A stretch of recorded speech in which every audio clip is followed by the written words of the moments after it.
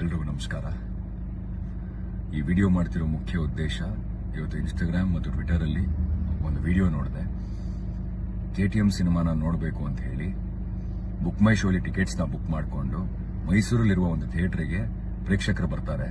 And ಅಲ್ಲಿ theatre ಇರೋರು ಸಿನಿಮಾಗೆ ಮಿನಿಮಮ್ ಆಡಿಯನ್ಸ್ ಇಲ್ಲ ಅಂತ ಹೇಳಿ ಶೋನ ಕ್ಯಾನ್ಸಲ್ ಮಾಡ್ತೀವಿ ಅಂತ ಹೇಳ್ತಾರೆ.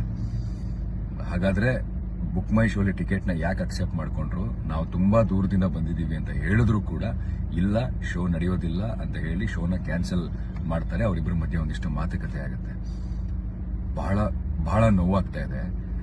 ಇದರಲ್ಲಿ ಯಾರು ತಪ್ಪು ನನಗೆ ಅರ್ಥ ಆಗ್ತಾ ಇಲ್ಲ.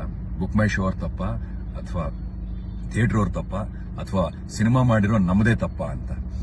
ಯಾಕಂದ್ರೆ ಕನ್ನಡ ಸಿನಿಮಾವನ್ನು ನೋಡೋದಕ್ಕೆ, ಚಿತ್ರಮಂದಿರಕ್ಕೆ ಬಂದು ನೋಡೋದಕ್ಕೆ ಪ್ರೇಕ್ಷಕರ ಸಂಖ್ಯೆ ಬಹಳ ಕಮ್ಮಿ ಆಗ್ತಿದೆ. ಇಂತಹ ಸಂದರ್ಭದಲ್ಲಿ ಬಂದಂತ ಪ್ರೇಕ್ಷಕರನ್ನ ಥಿಯೇಟರ್ ಅವರು ಹೀಗೆ ವಾಪಸ್ ಕಳಿಸ್ತಾ ಹೋದ್ರೆ ಹೊಸ ಸಿನಿಮಾ, ಹೊಸ ಕಲಾವಿದರು ಗೆಲ್ಲೋದು ಹೋಗ್ಲಿ, ನಿಲ್ಲೋದಾದ್ರೂ ಹೇಗೆ? ತುಂಬಾ ನೋವಾಗ್ತಾ ಇದೆ ಇವತ್ತು. ಯಾಕಂದ್ರೆ 4 ವರ್ಷ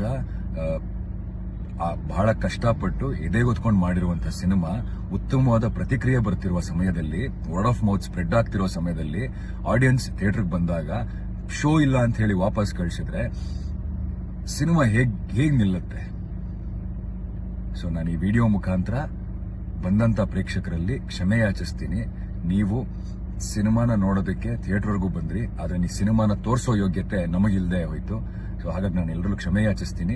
ಅಂಡ್ ನಾನು ಮತ್ತು ನನ್ನ ತಂಡ ಅವ್ರು ಯಾರು ಅಂತ ಹುಡುಕಿ ಅವರಿಗೆ ನೆಕ್ಸ್ಟ್ ಶೋ ನೋಡೋದಕ್ಕೆ ಮನವಿ ಮಾಡ್ಕೋತೀವಿ. ಗೊತ್ತಿಲ್ಲ ನನಗೆ ಏನ್ ಹೇಳಬೇಕು ಅಂತ ಅರ್ಥ ಆಗ್ತಾ ಇಲ್ಲ. ಮೊನ್ನೆ ಒಂದು ಇಂಟರ್ವ್ಯೂ ಅಲ್ಲಿ ದರ್ಶನ್ ಸರ್ ಹೇಳಿದ್ರು, ಅವ್ರ ಸಿನಿಮಾ ರಿಲೀಸ್ ಟೈಮಲ್ಲಿ ಕರ್ನಾಟಕದಲ್ಲಿ ಕನ್ನಡ ಸಿನಿಮಾನ ರಿಲೀಸ್ ಮಾಡೋದಕ್ಕೆ ಹೆದರ್ಕೋಬೇಕಾ, ಯಾಕೆ ಕನ್ನಡಿಗರಿಲ್ವಾ ಅಂತ. ಬಟ್ ಇವತ್ತಿಗೆ ನಿಜವಾಗ್ಲೂ ಭಯ ಆಗ್ತಾ ಇದೆ. ಯಾಕಂದ್ರೆ ನಮಗೆ ಮಾಲ್ಗಳಲ್ಲಿ ಸಿಗೋದೆ 1 ಅಥವಾ 2 show. Word of mouth spread ಆಗ್ತಾ ಆಡಿಯನ್ಸ್ ಅದಕ್ಕೆ ಬಂದು ಆ ಶೋಗಳನ್ನ ನೋಡಿದ್ರೆ ಮಾತ್ರ ನಾವು ಮುಂದಿನ ವಾರಕ್ಕೆ ಸಿನಿಮಾನ ಉಳಿಸ್ಕೊಳಕ್ ಸಾಧ್ಯ ಆಗೋದು. ಸೊ ಬಂದಂತ ಪ್ರೇಕ್ಷಕರನ್ನ ಹೀಗೆ ವಾಪಸ್ ಕಳಿಸ್ತಾ ಇದ್ರೆ, ಒಳ್ಳೆ ಸಿನಿಮಾನ ಹೀಗೆ ಕೊಲ್ತಾ ಹೋದ್ರೆ ಕಲಾವಿದರು, ಸಿನಿಮಾ ಮೇಕರ್ಸು ಏನ್ ಮಾಡಬೇಕು ನನಗೆ ಗೊತ್ತಿಲ್ಲ. ಅಂಡ್ ಇನ್ನೊಂದು ವಿಷಯ ಹೇಳ್ಬೇಕು ಈ ವಿಡಿಯೋ ಮುಖಾಂತರ, ಯಾರೇ ಒಬ್ಬ ಕನ್ನಡಿಗ KTM ಸಿನಿಮಾನ ಚಿತ್ರಮಂದಿರಕ್ಕೆ ಬಂದು ನೋಡಬೇಕು ಅಂತಿದ್ರೆ ಕೆಳಗೊಂದು ನಂಬರ್ ಬರ್ದಿದ್ದೀನಿ.